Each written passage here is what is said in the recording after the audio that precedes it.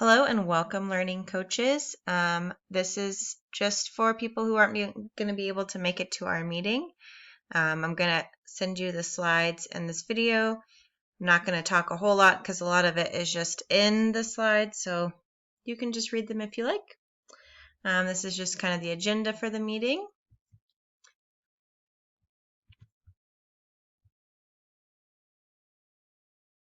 All right, so one thing that PSD has been focusing on is empowering students to own their own learning. We call it assessment capable learners, where students are really able to know what they're supposed to know what they're supposed to be learning, and kind of what do I not know, where do I still need to go, move on from here. So we still want to continue that work from home, and I think that can really help the students in this virtual world.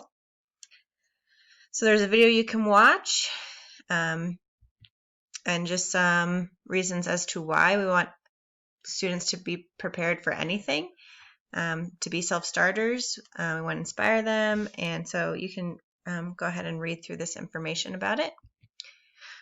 So there's different virtual learning etiquette. Each of us have certain norms that we'd like to follow, such as being on time, listening, being present.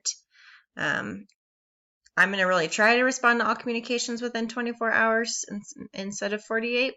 But sometimes I might not know an answer right away. And then every Friday, you'll get the assignments. I'll be available during office hours and all that. Students will, and this is something that I'll go through with the students as well. Just, being on time, participating, dressing appropriately, trying to stay focused, taking turns, that kind of thing, and completing assignments on time. They will have 9 days, so hopefully that will be enough time to get everything done.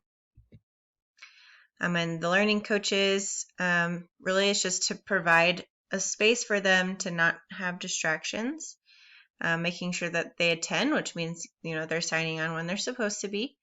You're going to communicate with me via email. If you're not a parent or guardian, you'll communicate with the parents. And then the parents will need to schedule meetings during my office hours with me if you need anything. And allow students to be actively participating and learning on their own. And foster autonomy. That's really important for us and for these kids. We want them to be able to work independently. And here you can click on a link to the learning page. If you had tried it before, I figured out that there was something wrong in the permissions, so I fixed that, so you should be able to see it. And this will be updated weekly with new assignments and all that good stuff. And it has lots of links for other things, the other platforms that we use. So it's kind of supposed to be like a one-stop shop kind of website. Then Teams is what we've been using. If you are still kind of stuck on Teams, you can click on the tutorial. The best way is to go through the calendar. If you click through the calendar, you'll see the events, and then you just click to join those. Last time probably a student clicked Meet Now, and if you do that, it'll start a new chat, and then it got confusing because other kids joined it, and it didn't notify me at all when I was in a different meeting. So click through the calendar is the best way. And then Seesaw, I know about half of you have gotten on already. When you log in, so I've already added all the students into my classroom, so they'll just sign in with their PSD email, not a Gmail. I know it's confusing, but our PSD emails work as Gmails. So they'll log in with their number at pstschools.org and their password. Here's an invite link for you guys to join and link with the student's account. You don't have to. You can use their own account, but you're able to. And the Buzz curriculum is what we'll be using for math, language arts, social studies, science, PE. We were originally going to do a tutorial on it this week, We're not going to do it yet because we're not using it for a little bit. So we'll send a tutorial to you. It's like an hour-long self-progress kind of thing. It's really one of those things where you just need to kind of jump in and kind of mess around with it. And then here's a link that the students will use to log on. Epic is another thing we've talked about. With Epic, there's about 10 kids on so far. You just need the class code. You'll click student teacher, and then you'll put in the class code. And then if you haven't already made a account, you'll make one. And then once your student's name is there, they'll just click on their name each time. And I'll be sending books to their mailbox.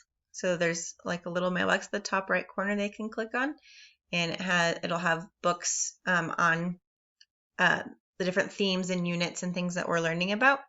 I'm thinking I'm going to pick like different thematic units for the read aloud time, and then for the their independent reading time, which they don't have to use Epic, but they can if you don't have to go and buy a whole bunch of books, or if the library is not open.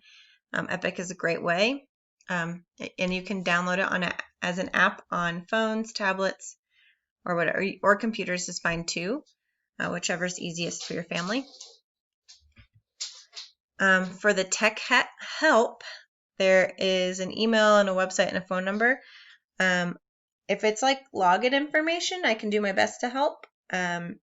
But for anything that's like beyond login, I would ask them. Just because I don't really have the expertise or like the ability to do a lot of the tech stuff. And then here is a link to the FAQ page. I believe that's it. So if you went through this, I know it's kind of quick, and you have questions, feel free to send me an email. Like I said, the Buzz platform will be coming. We have like 3 weeks before we start using it, so the training on that will be a little different. Because like I said, you really need to be on there kind of like playing around with it, because I did the teacher tutorial, and it was just like, you can't just sit there and watch an hour worth of videos without like trying the things. In my opinion, I just don't think that's like the best way to learn it. So yeah, you will be getting that, and I will be training the kids. There's a student tutorial through Buzz as well, so I'm thinking they're going to use that too for the kids to kind of play around with it. But that is all. Like I said, if you have any questions, just send them my way. Otherwise, I am excited, and I'm really excited that we're getting started finally, and hope that you guys have a great day.